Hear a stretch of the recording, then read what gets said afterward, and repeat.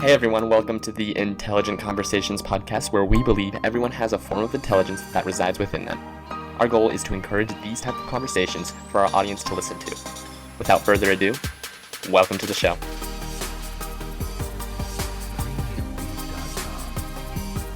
Hey everyone, welcome back to the Intelligent Conversations podcast. Today I have the honor to speak with Charlene Rymsha. She is a business owner, published author, and psychotherapist. I hope I said that right. Specializing in burnout recovery. She spent her 20s as a ski bum in Northern California, but then went on to change her life dramatically. So Charlene, thanks for coming on. I look forward to listening to what you have to say. And I want to start with a question. Just let's get right into this. But how was it that you transitioned from, your words here, a ski bum to a business owner, a highly successful individual, from the 20s to what you are now? Oh, thank you. Hi, Josh. Thank you. And thank you to all the listeners for having me on here. You know, it's interesting because we all have our own process of life and our own healing trajectory and healing journey. And I don't see being a ski bum as, you know, counterintuitive or indicative or whatever the word is. I can't think of it at the moment, or I can't get it out of my mouth. That it's that strange that I shifted from doing something that I love, right, to being a business owner, which I also very much love. And ironically or otherwise, last year with COVID, and then I'm returning as well this year, is I'm going out west and I'll be remote working and skiing. So really bringing together all of my loves into life for a really holistic and balanced life. So to back up a little bit and sort of answer your question a little more formally, is when I was skiing, when I chose to go skiing, was very much at a time I was just, you know, emerging out of my teen years into adulthood, and really had felt a lot of depression, really sad, really lots of sadness, and was like, what does it mean to live like a full life? What does it mean to be human on this planet right now? And so I followed what interested me. The only thing at that time that really filled me with interest and was skiing. And actually at the time I was snowboarding. I've switched back to skiing since then. That's somewhat irrelevant. But basically I was like, okay, I want to go where there's bigger mountains and more snow. And it ended up being such a beautiful healing process for me that as I did heal out of depression with the help of a therapist, with the help of the mountains, with the help of building a community in my ski town, etc., I got to the point where I was like, okay, now I'm ready for something different. I'm ready to give back, so to speak. And that's when I decided to go to school to get my master's in social work, become a psychotherapist, and then also end up specializing in burnout, building my own business. And now, you know, having published one book plus a journal that just came out. So technically two books. Wow. Yeah, that's awesome. I kind of want to hear a little bit about, this just came to me as you were talking. I was like, you were talking about how you were in this depression, all this, and then you kind of found skiing and that was your thing. And although I'm a little upset you switched from snowboarding, I'm a snowboarder, so I kind of like that a little more. But what came to my mind was, what would be your advice? And I guess let me take a step back. How did you find skiing to be your love? How did you find that to be your passion? How did you find that to be who you wanted to be? And then I'm going to ask a follow-up question to that. What advice would you give to someone that is in that stage right there, that is trying to find what they love and their passion? Yeah. Well, the short answer to the second question is to really tune into your body, begin to get really clear on, what do I want, right? We're so inundated by what I call digital TMI, right? The media, too much information, right? It's basically telling us be this, go there, this is success, right? Try this, 5 steps to ... And many of them it can be very overwhelming.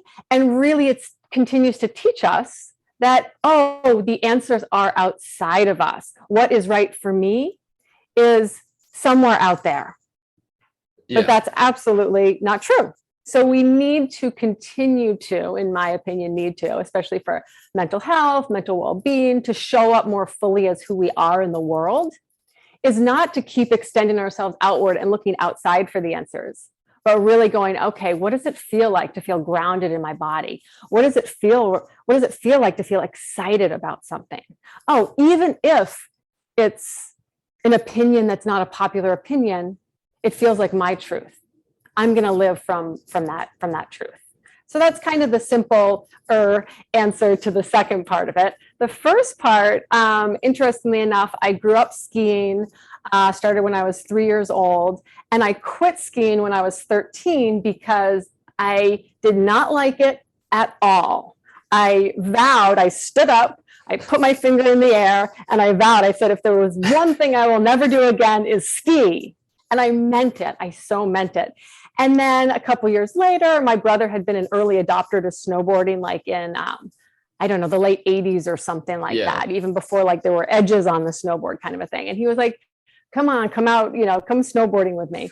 And so then finally, after a couple of years, I said, okay, I'll join you. And that was very transformational for me. It was sort of like I had found my sport. I had never been a very athletic person or like really that into sports, but there was something about snowboarding that it just got me. I was like, I love that. This is amazing, right? Meeting new people, being on the mountain, being out with my brother, just really enjoying it. It felt like, it was just really, again, grounding. It felt that sense of, this is what I love to do. Really like singing from the inside out type of a thing. And then I was like 16, 17 at that point. And then I went to a couple of years of college, ultimately dropped out because I was like, again, the piece of like, oh, what's going on, right? Like, I don't know if I need to be doing this school thing right now because I don't know what I want to do with my life, so to speak, right? And side note, I'm going to go off on a tangent, is there could be so much pressure, right? At 18, 19, 20, 21 to say, figure your life out, right? What are you doing with your life? Figure it out. Mm-hmm. And the majority of us are still just beginning to like truly understand a little bit of, say, who we are and who we're becoming, right? And I felt so much sort of that external pressure to figure it out that I just kind of had to go, okay, I don't know, but I am determined to find it out for myself. And then that's when I went, okay, what do I know that I love to do? And it brought me back to snowboarding. It wasn't that I was snowboarding on the weekends and like January break of college and stuff like that, but it really was that conscious decision of where am I going to go? What's my next step? I love the answer you gave there. I think a lot of people actually can benefit from that. I mean, I'll just say I'm 19 and it's crazy to think that like this past June I graduated high school. I feel like I've lived like 10 lifetimes, right? But it's still like a blur. I'm like, that was 9 months ago. Like, no freaking way. Like, there's no way. But I mean, I get exactly what you're saying when people are like, oh, you need to figure your life out. You need to figure this and this and this out. I'm like, well, I finally started asking them back when they said, hey, you need to figure this out. I'm like, well, do you have it figured out? And then they kind of get all like stuttered. They're like, wait, what? Like, I'm like, the thing is no one ever figures it out. It's like no one ever, even the 50, 60, 70, 80-year-olds, they haven't figured it out. There's so much you can learn in this world. There's so much you can do in this world, find. Like there's just, the possibilities are unlimited here. And I think that's just one of the beautiful things about life. It's like you can just keep chasing that, being a better version of yourself. And I think you talked about that as well. And I kind of want to get a little bit into the burnout recovery. I recently had, I don't know if you know him, but Michael Levitt on, and he's a burnout coach or something like that. And he was great. I loved having him on. And I kind of want to get, what are the biggest problems you see facing, just corporate America? Let's do that. Corporate America and like burnout. It's the same question I asked him. So what is something that you see commonly happening in corporate America regarding burnout? Yeah, yeah. Well, I'd say that the overarching piece is that corporate America completely buys into and promotes and perpetuates our burnout culture, right? The idea that we need to produce, we need to be continuously producing all the time, and that's our value, and that's our worth, right? The idea that resting or taking time for yourself or taking a day off is unproductive, right? That it's all about productivity, go, go, go, drive, drive, drive, right? And so right there, that's a huge piece of it, right? And including the everything's getting faster and faster, more automated, right? All this stuff is just bombarding us. And so there's more and more pressure to get stuff done, get everything you can done, and get it done at a faster and faster pace without taking breaks, right?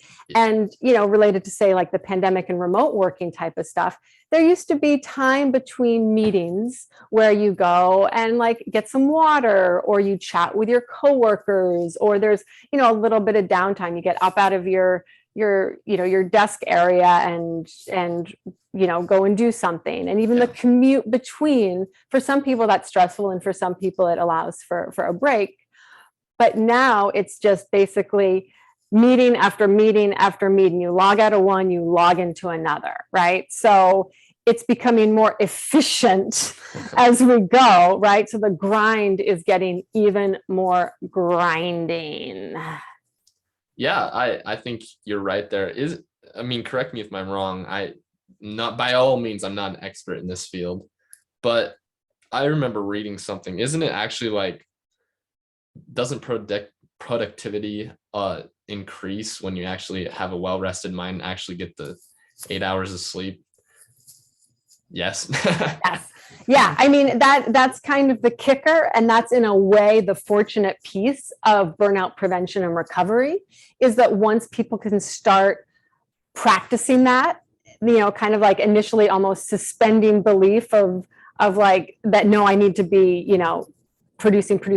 Oh, rest is a waste of time. But suspending that old belief system, right? To start practicing it, and then the buy-in starts to happen when, oh yeah, when I am getting more rest, when I'm getting a better night's sleep. Oh, when I'm taking, say, singing lessons, or oh, when I go for a walk in the park. Oh wow, I'm actually more available to myself and other people, but I'm available to myself. I'm more creative. I am more productive and more focused during that time that I'm working. So again, fortunately, the science of productivity actually moves towards all of the reasons why taking rest is not just helpful for prevention of burnout, right, and recovery from burnout, but ultimately you actually get to be a more effective, you get to live a more effective life. Yeah, I totally agree there. I think a lot of people, this is something I'm working on in my life right now, but I'm really good at resting my body. Like I'll keep it healthy. I'll work out, do things like that. I'm really good with that. But these past couple like months or weeks, I was like, I need to really get good at resting my mind, because my mind's always just go, go, go, go, go, go, go. Like you said, like, oh, let's produce. And these past couple weeks, I'm like, all right, let's like at least try to like just wind down our mind. Because I would oftentimes go to bed and I would, take care of my body. I'd stretch, do something like that, and make sure that I'm well rested in my body. But I'd never rest my mind up here. It would never be that.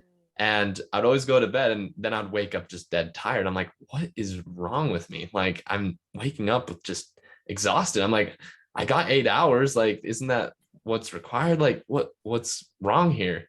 And then I realized, I'm like, I never like took time to wind down my mind, because my mind was still, when I was in bed, it would be like, oh, you need to do this and this and this, and like just thinking, oh, you could also do this. And I'm like, if I actually take the time to like wind down my mind, I bet because I was constantly like, Monday I'll be productive, Tuesday productive, Wednesday productive, and then by the time Thursday rolled around, I was like a little half with it, and then Friday I was like, I have no clue where I am. And what happened is, I'm like, all right, I need to be more productive these days, because again, it's like produce. But I'm like, okay, let's try this out. Let's see what happens. And I was more productive that day because I was able to think clearer. And I believe that I actually got the full 8 hours because I wasn't waking up in the middle of the night just because, oh yeah, I remember this or something like that. But that's kind of what I've been working on. So it's funny that you bring that up. And I kind of want to get in a little bit to your process and how you like work with people. But can I actually interject and share my thoughts on? Awesome. So I want to really say, way to show up for yourself, Josh, and create that self-awareness, right? Of like, okay, I'm taking care of my body, I'm doing all the things that I need to do, yet I'm not feeling rested in the morning. What's going on, right? So you're having that self-reflective piece and going, okay, my mind is still going. So my question for you is, what were some of the things that you started to do to quiet your mind? So it's funny. I actually, I have an Alexa, and hopefully it doesn't go off, but oh, there it goes. Okay. But I have that device. I'm not going to keep saying it. And I looked at some of the apps that were on it, and I was like, there's this sleep hypnosis thing. I was like, oh, I'll give it a whirl. And it actually was pretty effective for me. And because I know there's like multiple strategies, like approaches you can take. And I tried the like, sitting down in a quiet room and meditating.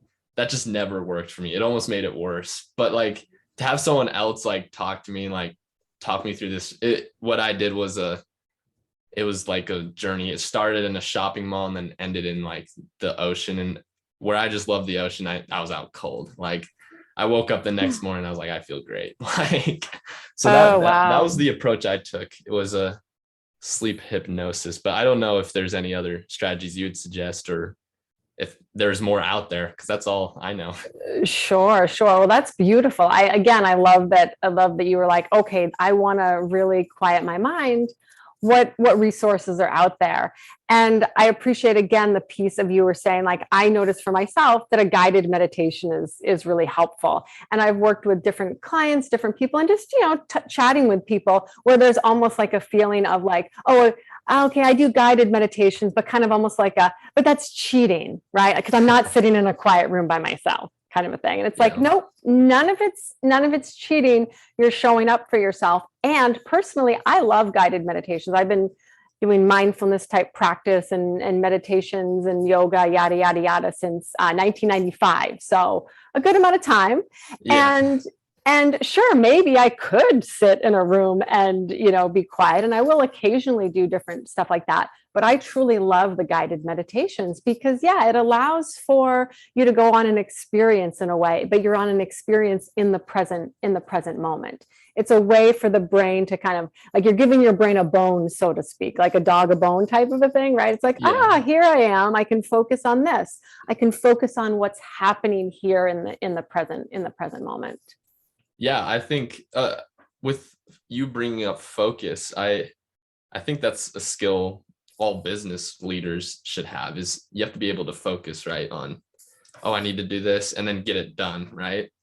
But it's interesting that you said that you need to refocus back like into the present moment. And I'm like, that's actually kind of true, because a lot of business owners, especially, they get too focused on the future, right? Which isn't a bad thing, right? You want to be like prepared, you want to, all those things, right? But at the same time, you have to get things done today, right? You have to be able to go and get that version of yourself, right, that you're wanting to achieve, right? And I find that sometimes maybe that's why those guided meditations help, is because it almost refocuses you, like, hey, we're here and now let's, what are we going to do to help you progress to where you want to be?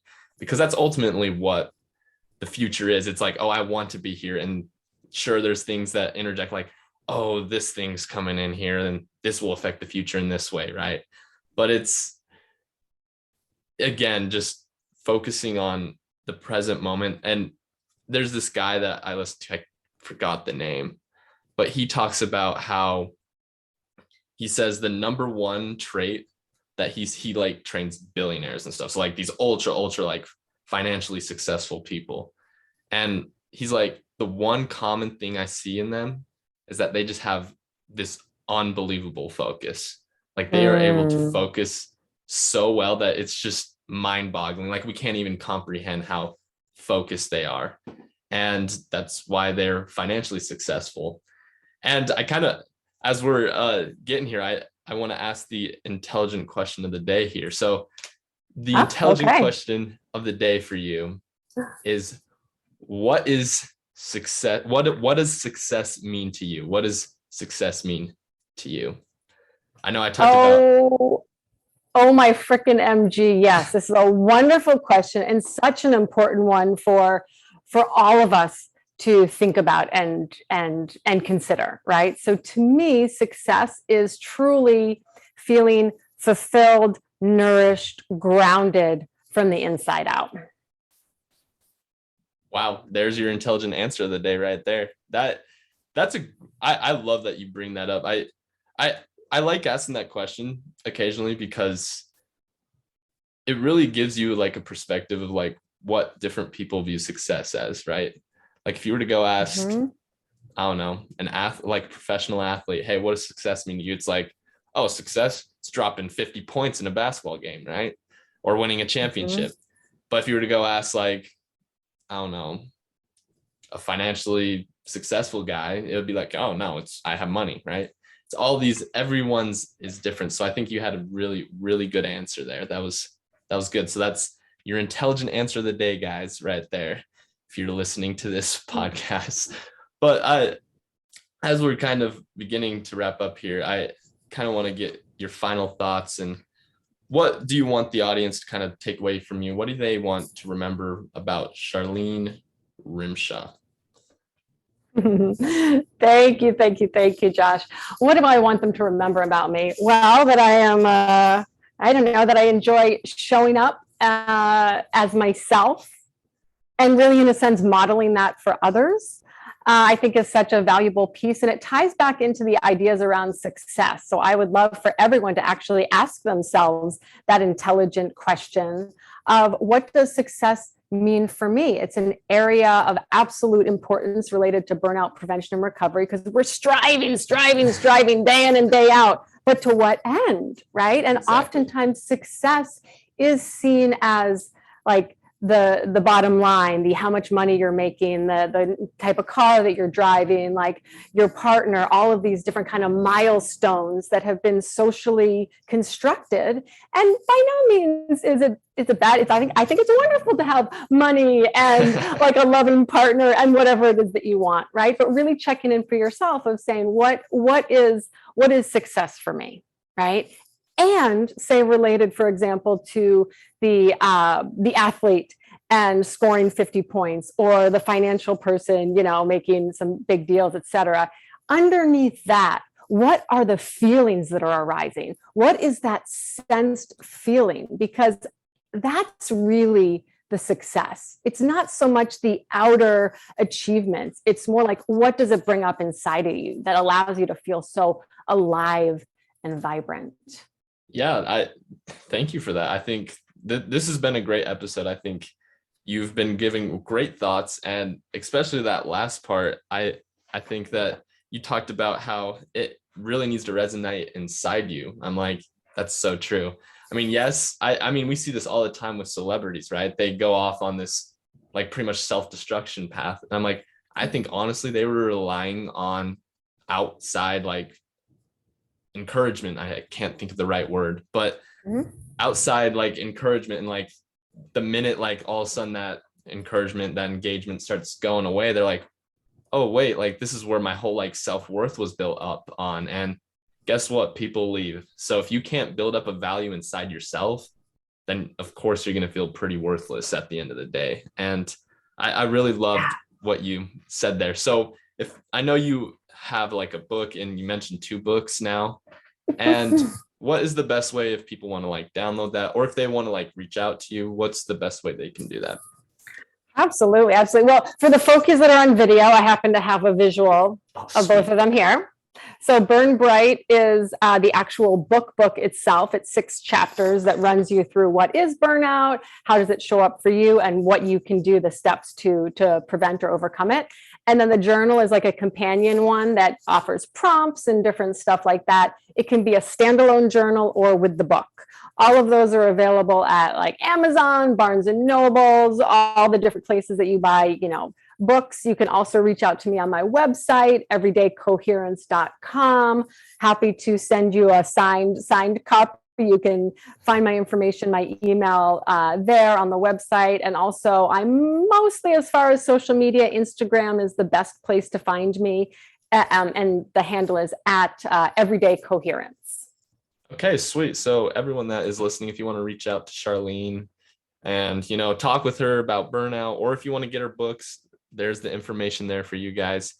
Charlene, thank you for coming on. I really enjoyed what you had to say, and just thank you so much for coming on. Thank you, Josh. Such a pleasure talking with you as well. I appreciate it. Yeah. So everyone, as you can tell, that is Charlene Rymsha, and she has very intelligent things to say. I would take a lot of her things to heart and use it to improve your lives every day. And thank you guys for this episode and listening to it. And stay tuned to next week. We have a great guest lined up. See you guys next week, and let's get after it.